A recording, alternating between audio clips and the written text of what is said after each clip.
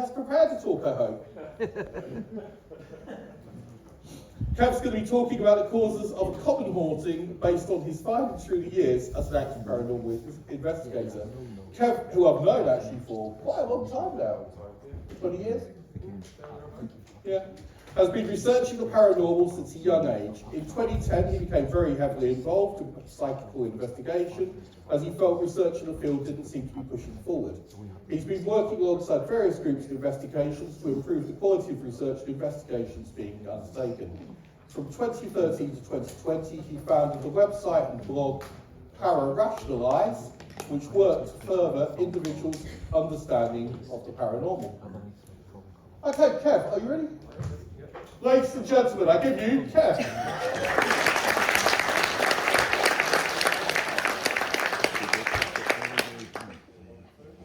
Yeah, can you set the microphone off? Sorry, Kev. Can you take it off now?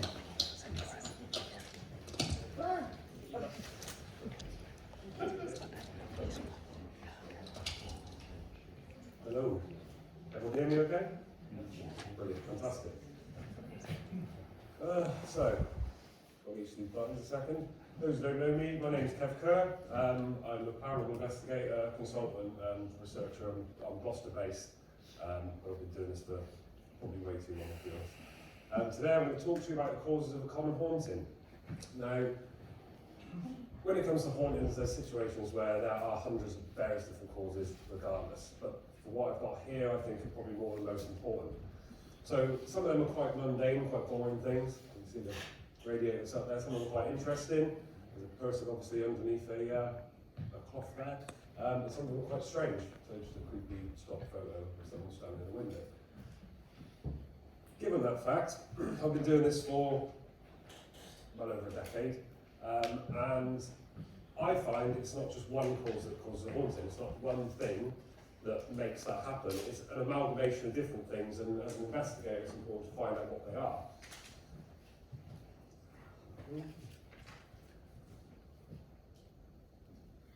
Very slow in real life. Now, the thing that I find is probably most important and the glue to all of that is paranormal belief. So, when individuals get in a situation where they end up with these belief systems, we need to kind of go in and unwind that knot and make things a bit easier for them. In the situation of paranormal belief, I think the statistics are quite loose, and throughout the years it's varied, but on average we say 1/3 of the population has a belief in the paranormal in one way or another. Okay, so who's here is an active investigator? So as those people know, we get a massive amount of reports. They come flying in. There are ways to stop it, and if you want to talk about that after we can. Those reports come flying in, and also the emergency services get those reports as well. And the problem is with paranormal beliefs, it really blurs that line between rational thought and imagination. So no matter what, we always end up coming to the conclusion of a haunting. Now, as investigators, we need to stand in at that point. We need to stop, think and assess, take a look at the situation, and really the way to do that is ask the client to diarise what's going on. First thing you want them to do, write down anything from when it happened, what time, where it happened, what they think happened, what they felt, experienced, all kinds. Make sure they diarise. The only way to do that is to try and extinguish the idea of a haunting, make them stop, look, see what they're doing. Now that's different for everyone. It's actually totally dependent on people's cultures, their upbringing, all kinds of things. But one of the main things that I find is the biggest issue that we come across is from movies and TV shows. So as we know, they are made for entertainment purposes only, that's fine.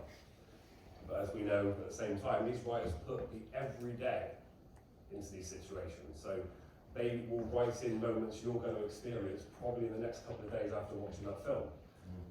The issue is Alfred Hitchcock, the legend that he is, the father of psychological horror, was the first guy to do this. And nowadays we have exceptional special effects. So back then it might have been a bit, we look back on some of these old films and think, really, did we think that was real? But nowadays we have these incredible special effects. And we also have a lot of cliches. So some might recognise the film. Imagine you're brushing your teeth. You sat in front of the mirror, happy days, mirror's slightly open, the cabinet. Can anyone tell me what's going to happen next who hasn't seen the film? it's not going to be a Is surprise. this from Poltergeist where he peels his face off? Or Nope. No. This is American Werewolf in London. No, I thought that was my first thought. Yeah. So, as we know, that's a standard thing in films. He shuts the mirror, lo and behold, big scary thing behind him. Oh no, panic. So we become used to that, and it becomes something we expect. So these writers use those situations, they write them in, and then they kind of play our instincts and mess about by making that not happen. And as you imagine, you may be a level-headed individual, you're watching these films and they're entertaining and wonderful, and you go about your day afterwards. Now, as you're a bit more of a vulnerable individual, you already think inside your house is haunted. And suddenly you're watching more of these, and as we go through, you're going to realise how something so small can become something so big quite easy. So, where am I? So that moves me on to the worst things. Paranormal reality TV shows. Okay, with paranormal reality TV shows, they get this horrible idea that somehow ghosts are just waiting to communicate with us, like they even care. They probably live a few lives, they don't really care if they are there. But they give the idea that they are waiting for us just to call out, and then they're going to come into our lives and ruin it all, be friends forever. So, to test that out, we're going to try, and there's always some killer in it that's going to do something. But, calling out to the spirits at Bath University, I ask you to step forward, feel free to use the energy in the room, and come forward and communicate any way you can.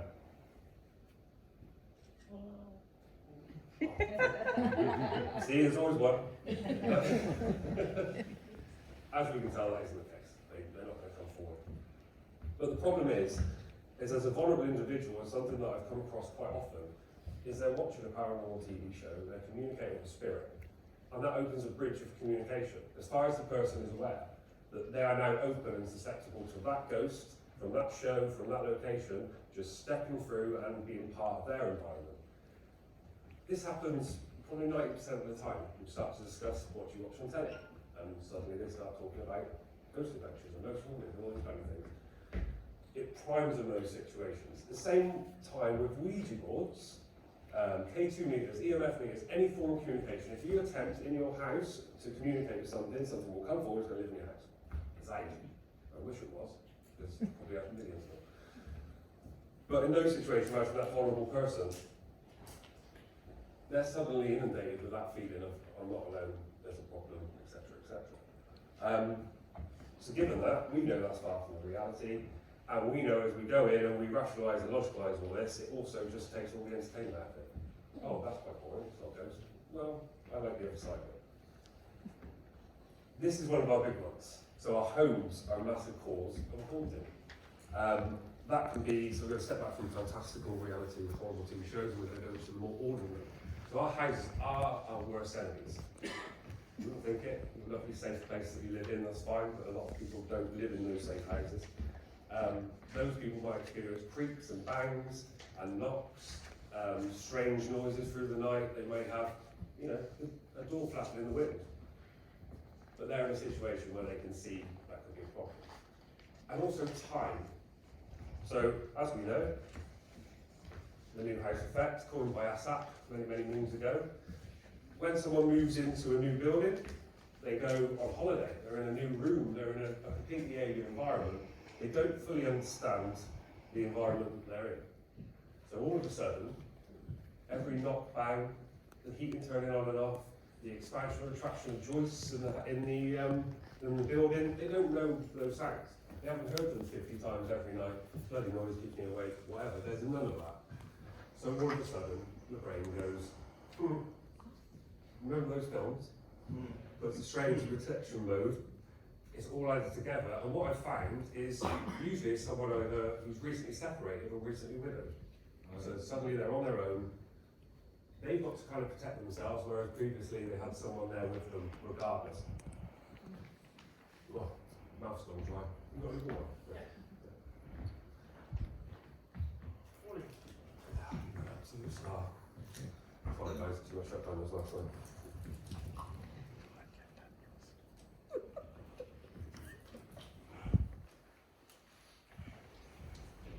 Right, where was I? So, given all of that, and we just briefly mentioned, the brain. I love the brain. It's one of my favourite things to research. Behaviours, psychology, all kinds of stuff, all day, every day. So, when it comes to a brain, we think about, it's all in the mind. Oh, it's all in your head. Don't worry about it. So, yeah, it might be, but everyone's head's different. We're brought on by our cultures, our habits, our instincts, our upbringings, all of our health even, makes our brains different from everyone else, regardless. Now, don't trust your brain. Just don't trust your brain. We're not in control of our brains, okay? If we were, we would be completely exhausted, and I'll tell you what, I would have got to this age, I would have forgotten to breathe, I would have forgotten to keep my heart beating. I probably wouldn't be able to stand up, so I'd be thinking about the whole, what muscle do I need now in order to keep walking? The brain is in charge. No matter how much we want to say, no, we are not in control of our brains. It's doing a whole lot of work just for you to sit there and breathe and stay alive, all kinds of things. Now, the problem with the brain is its number one priority is your survival. There's no cultural aspects involved, there's nothing else, it just thinks, I've got to keep you alive. That's its main purpose. So given that, and given that whole idea that I've got to keep you alive, I need all the stimuli possible from everything to make sure you're safe. So from what it sees, what it hears, what it feels, how it processes its own emotions, how it processes other people's emotions, how all of those things come together, and then it goes, I also need this to be in a controllable arena now, so I'll box that off, and it doesn't matter if it's using references from some film or anything else that you've watched to make it scary. If it thinks you're in a scary situation, it's going to throw you into a scary situation.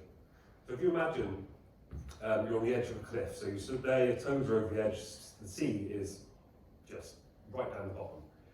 Even now, because I have a mild fear of heights, even now I can feel my body going, get back, you're going to fall, or make something stupid by the So in that situation, my brain is telling me, subconsciously, consciously I'm just pushing myself forward, but subconsciously it's trying to get me out of that situation.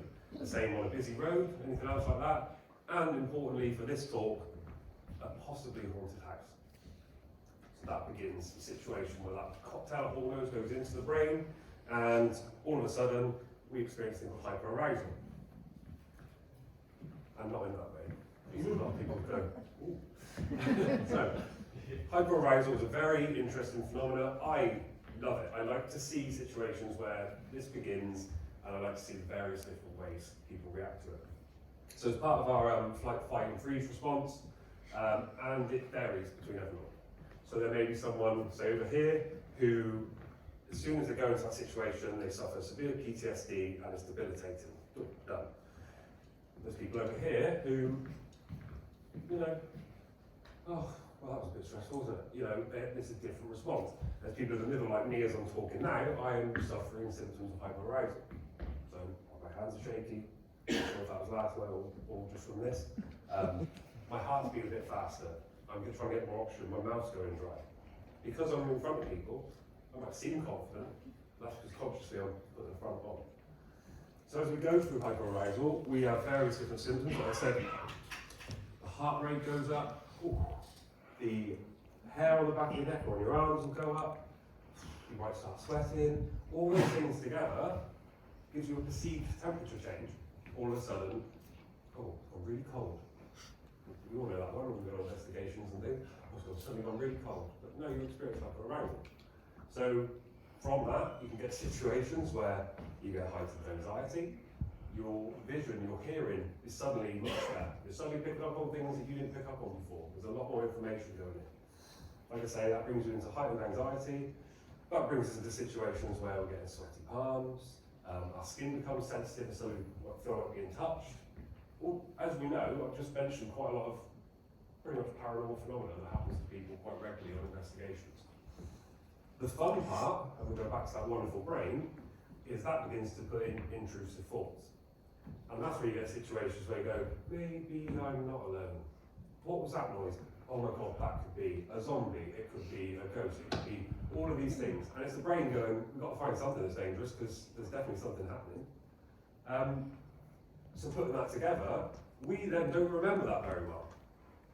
because our brain is a little bit busy at that point, and it's just going, we'll just chuck it in the box, we'll sort that out later. And then you come out, you go and tell your story of there was a ghost that appeared and blah, blah, blah, blah, blah. Nothing happened. If it was on film, you wouldn't have seen anything, you wouldn't have gained any evidence. But as you can imagine, for that individual, it's massively stressful. And it is wonderful. No one is free from stress.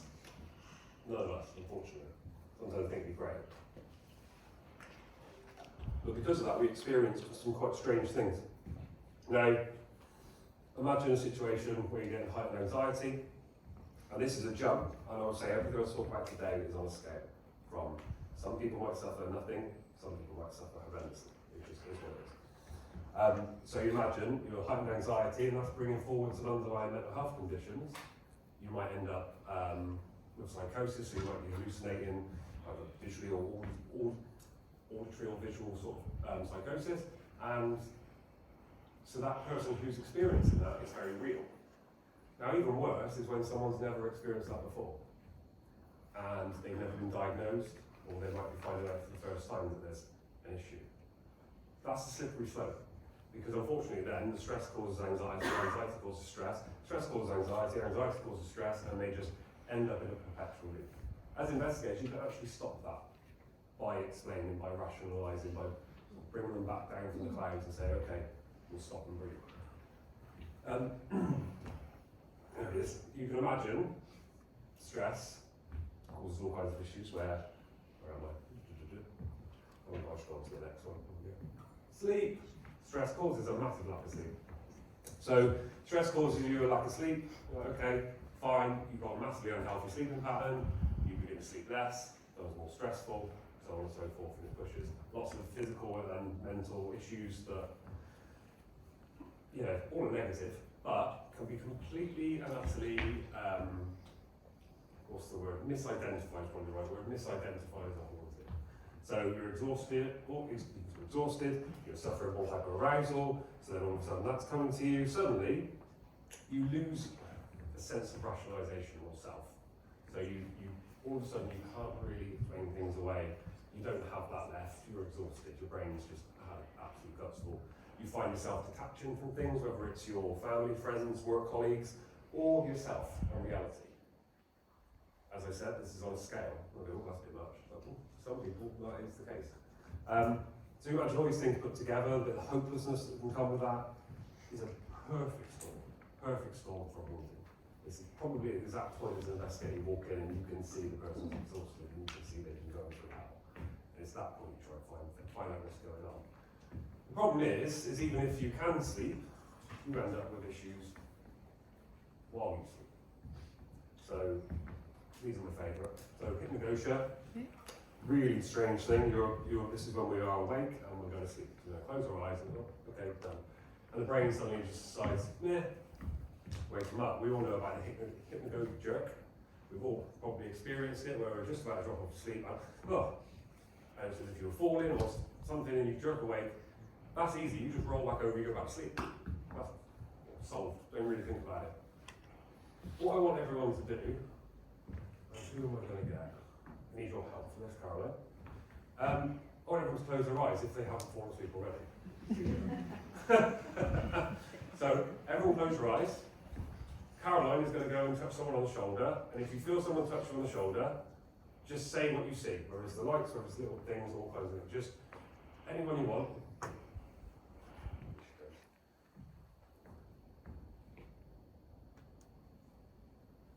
Go on in. What? Actually, she touched me. Alright, so when you close your eyes, what do you see? I just saw a circle, a round circle. Yeah, fantastic. Some people, so everyone is very different. With hypnagogia, it's the sort of situation where people have full-blown hallucinations. So they close their eyes and they see faces, they see animals, they see situations, flashing lights, all kinds of things. They also get that auditory side, and I've had this multiple times where I'm dropping off to sleep and the doorbell goes. It's 11 o'clock at night, who knows at the door? There was never anyone at the door, it was just me dropping off to sleep, and suddenly I heard, what you hear all the time, the doorbell. You might hear your name being called. Horrible, what is you might hear just a big blood curdling scream. Suddenly you hear a scream, wakes you up, what was that about? And to you, that is a million times real. 100%, it definitely happened because you experienced it.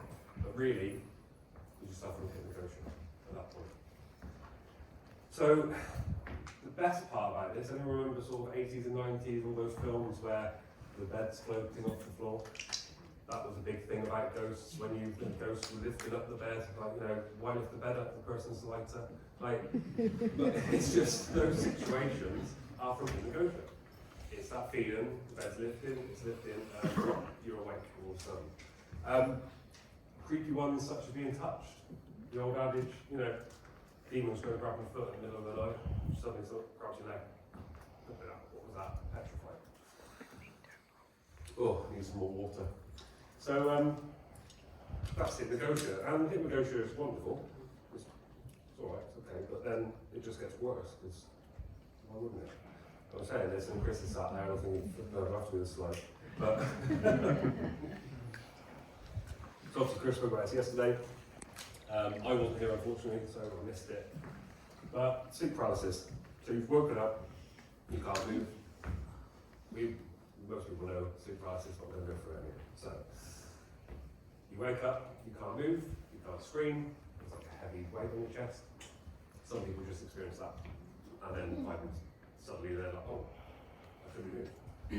But then for others, you get situations where you look down at the end of the bed, and all of a sudden, giant shadow person, red eyes staring.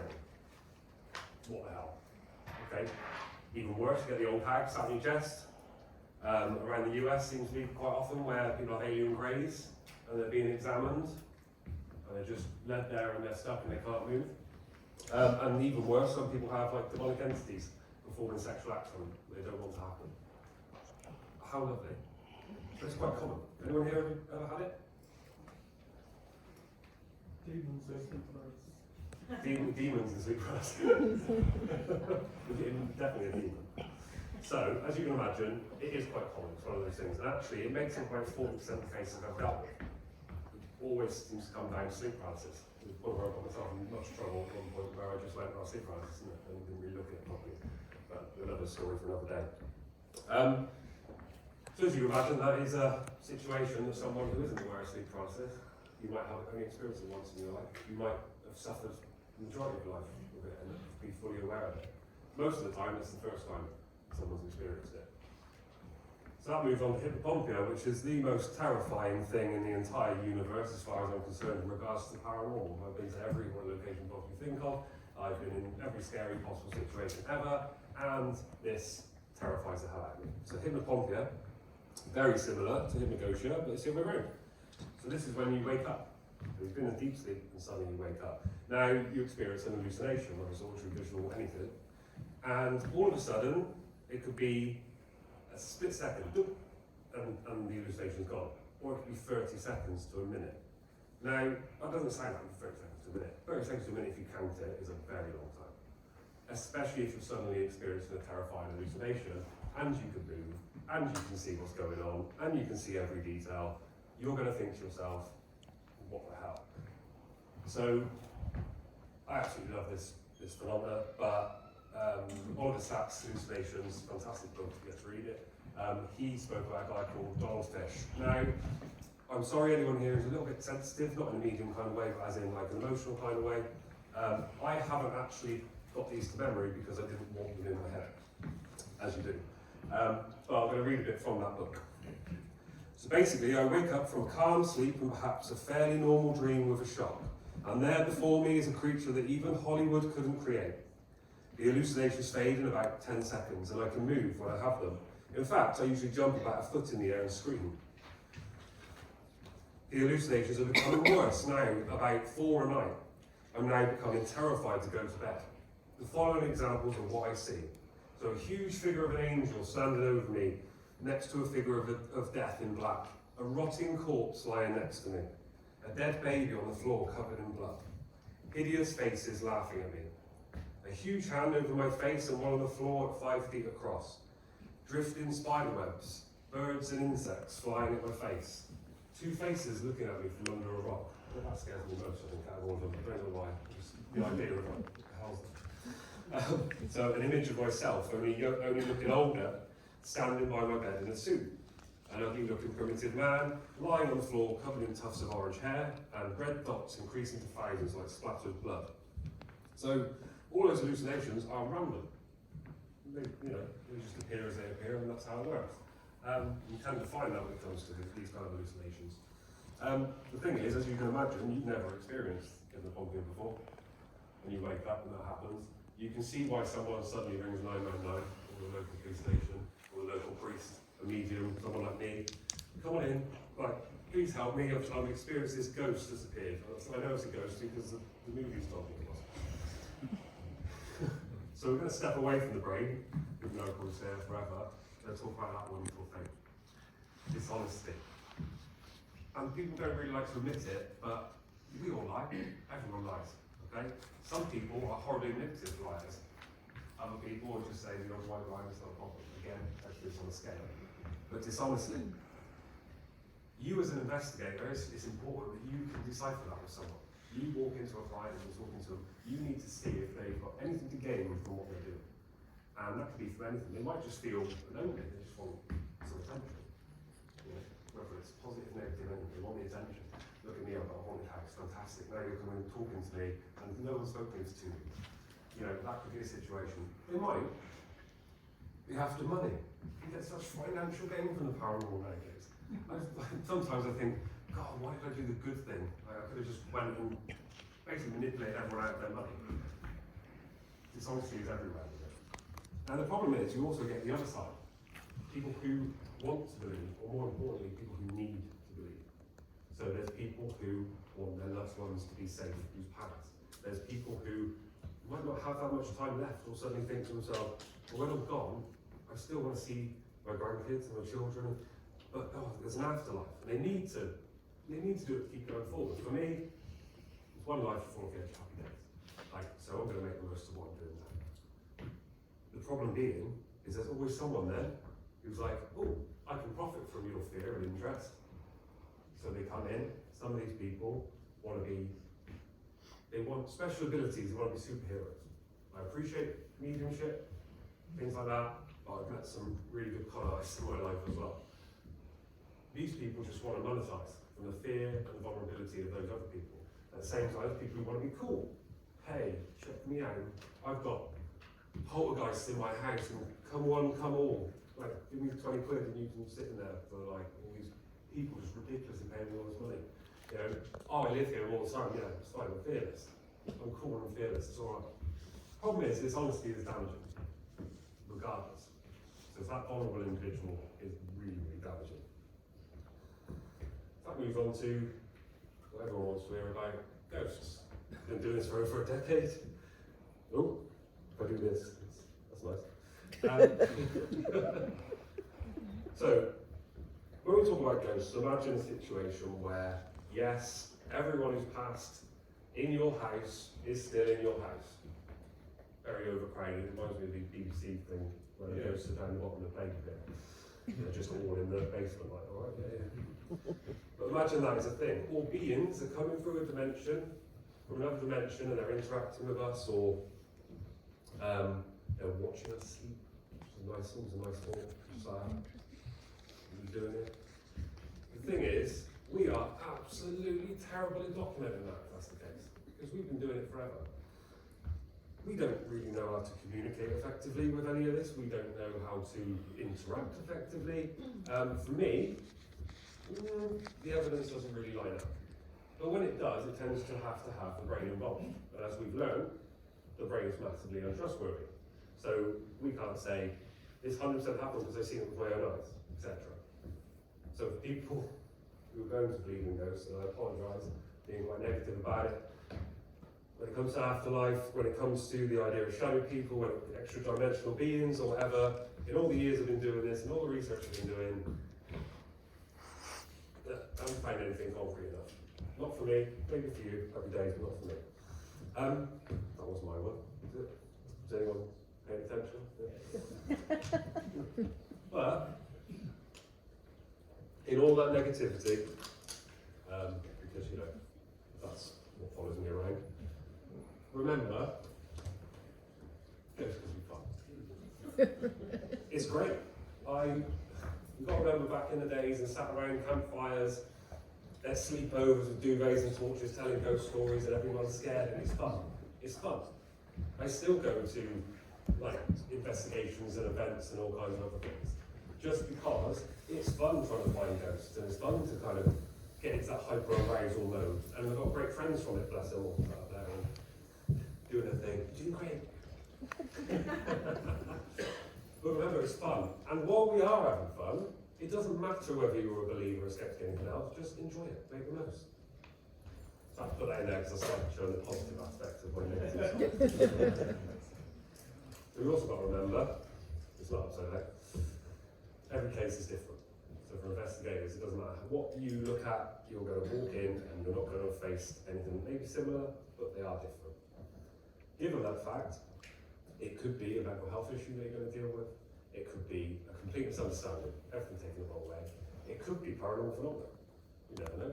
One day you walk in and go, huh, hello, ASSAP. But it could be these things. Now, what you've got to remember is when you're doing this is there's a vulnerable individual involved. Okay? That person is your overall goal, to help that person. And all you need to do, usually, is just get involved at the right time and point them in the right direction. That's as simple as that.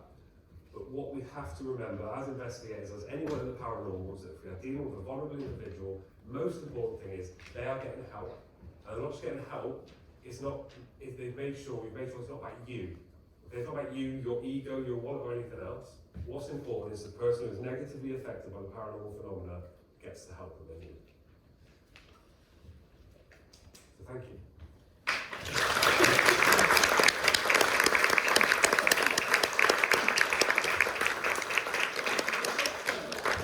I'll just sound myself.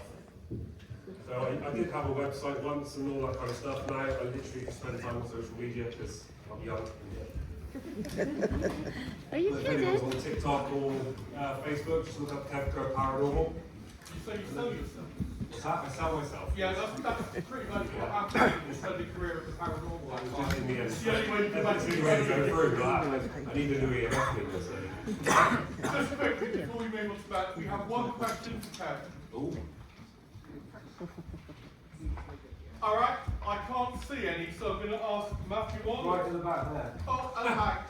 Sir, at the back. Yeah, one question. So you said you haven't found anything concrete, but how close have you come to thinking that might have been demonic? Thinking it might have been. Yes. That's the issue of the brain.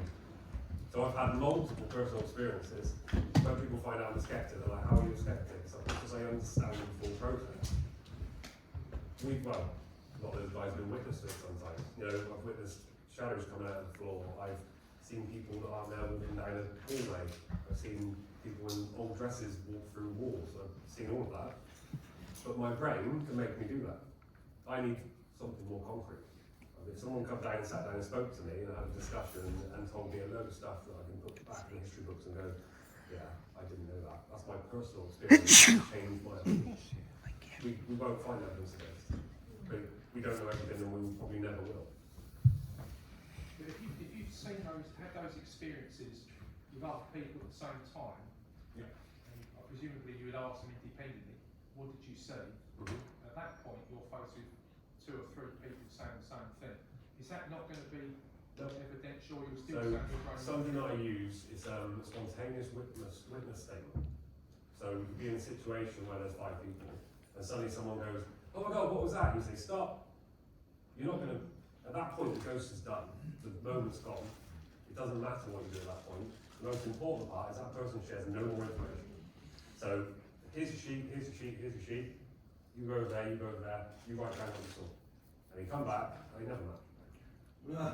I'm afraid we're going to have to move on because we're running out of time. So, Rav, Kev, he'll be here all day. And thank you very much.